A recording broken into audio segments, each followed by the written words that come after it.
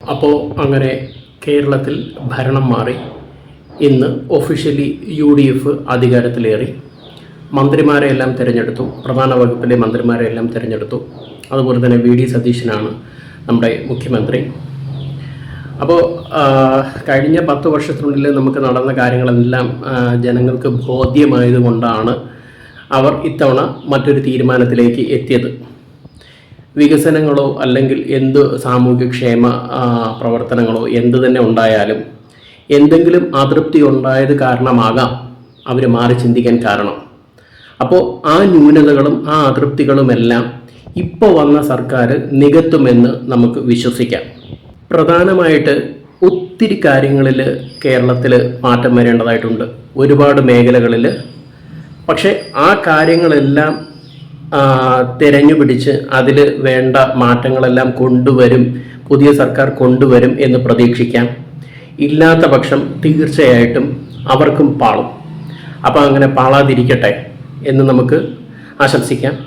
അതിൽ ഇപ്പോൾ അവർ വച്ച വാഗ്ദാനങ്ങളിൽ പ്രധാനപ്പെട്ട വാഗ്ദാനങ്ങളായിരുന്നു സ്ത്രീകൾക്ക് KSRTCയിൽ ഫ്രീ ആയിട്ട് സഞ്ചരിക്കാമെന്നുള്ളത്.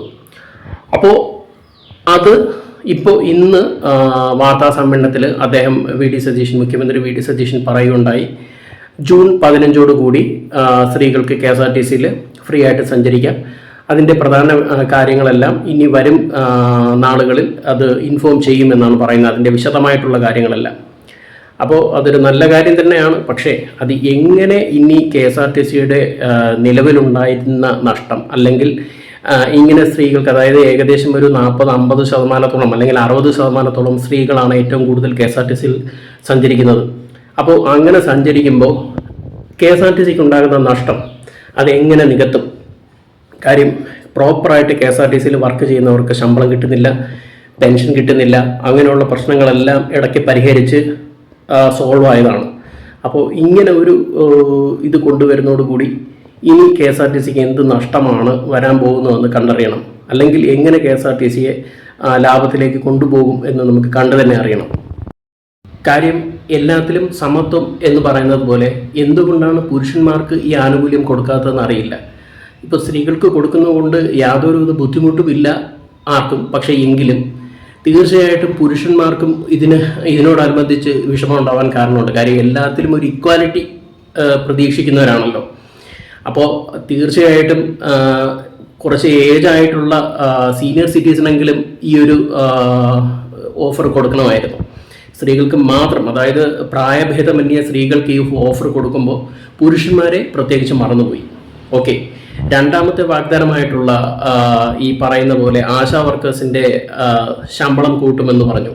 അത് ഏകദേശം 3000 രൂപയോളം കൂട്ടുമെന്നാണ് അദ്ദേഹം ഇപ്പോൾ പറയുന്നത്. അതുപോലെ തന്നെ അംഗൻവാടിയിലെ വർക്കേഴ്സ്, ഹെൽപ്പേഴ്സ്, പ്രീ പ്രൈമറി സ്കൂളിലെ ഹെൽപ്പേഴ്സ്, അതുപോലെ തന്നെ പാചകം ചെയ്യുന്നവർ, അങ്ങനെയുള്ളവർക്കെല്ലാം ഏകദേശം 1000 രൂപയോളം കൂട്ടും എന്നുള്ളതും അദ്ദേഹം പറയുന്നുണ്ട്. തീർച്ചയായിട്ടും നല്ല കുറച്ച് കാര്യങ്ങൾ തന്നെയാണ് ഇനിഷ്യലി അദ്ദേഹം എടുത്ത തീരുമാനം. പക്ഷേ ഇത് എങ്ങനെ സാമ്പത്തികമായിട്ട് മുന്നോട്ട് കേരളത്തിനെ നല്ല രീതിയിൽ നയിക്കാം എന്നുള്ളത് കൂടി ശ്രദ്ധിക്കണം. കാര്യം ഈ എടുക്കുന്ന തീരുമാനങ്ങളിൽ എവിടെയെങ്കിലും ഒരു പാളിച്ച ഉണ്ടാവാൻ പാടില്ല എന്നുള്ളതാണ് പ്രധാന കാരണം. ഇനി ഒരുപാട് പ്രധാന കാരണം കേരളത്തിൽ പരിഹരിക്കാനുണ്ട്. അത് അദ്ദേഹം ഒന്നും പറഞ്ഞിട്ടില്ല. അത് എല്ലാം ഇനി വരും എപ്പിസോഡിൽ പറയാം. കാര്യം എന്തുമാത്രം കാര്യം തൊഴിലിടങ്ങളിലെ തൊഴിൽ നിയമങ്ങൾ അനുസരിച്ചുള്ള ആനുകൂല്യങ്ങൾ കൊടുക്കുന്നത് അദ്ദേഹം ശ്രദ്ധിക്കുന്നില്ല.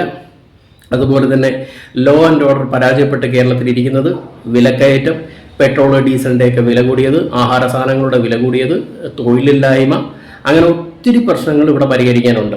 അത് ഇനി വരുന്ന നാളുകളിൽ അദ്ദേഹത്തിൻ്റെ ശ്രദ്ധയിൽ വരുമെന്ന് പ്രതീക്ഷിക്കാം. വയോധികർക്ക് വേണ്ടിയിട്ടുള്ള പ്രത്യേക പദ്ധതികൾ കൊണ്ടുവരുമെന്ന് അദ്ദേഹം പറഞ്ഞു. അത് തീർച്ചയായിട്ടും നല്ലൊരു ഐഡിയ ആണ്. കാര്യം ഒരുപാട് രാജ്യങ്ങളിൽ വയസ്സായ ആൾക്കാർക്ക് ഒരുപാട് ആനുകൂല്യങ്ങൾ കൊടുക്കുന്നുണ്ട്. കാര്യം ഒരു പ്രായമായി കഴിഞ്ഞാൽ അവരുടെ ചികിത്സയും അതുപോലെ തന്നെ മറ്റ് ചെലവും എല്ലാം സർക്കാരാണ് ഏറ്റെടുക്കുന്നത്. അപ്പം അതുപോലെ തീർച്ചയായിട്ടും സാമ്പത്തികമായിട്ട് പിന്നോക്കം നിൽക്കുന്ന ചികിത്സ അങ്ങനെയുള്ള കാര്യങ്ങളൊന്നും ചെയ്യാൻ പറ്റാത്ത ഒരുപാട് വയോധികരുണ്ടാവും.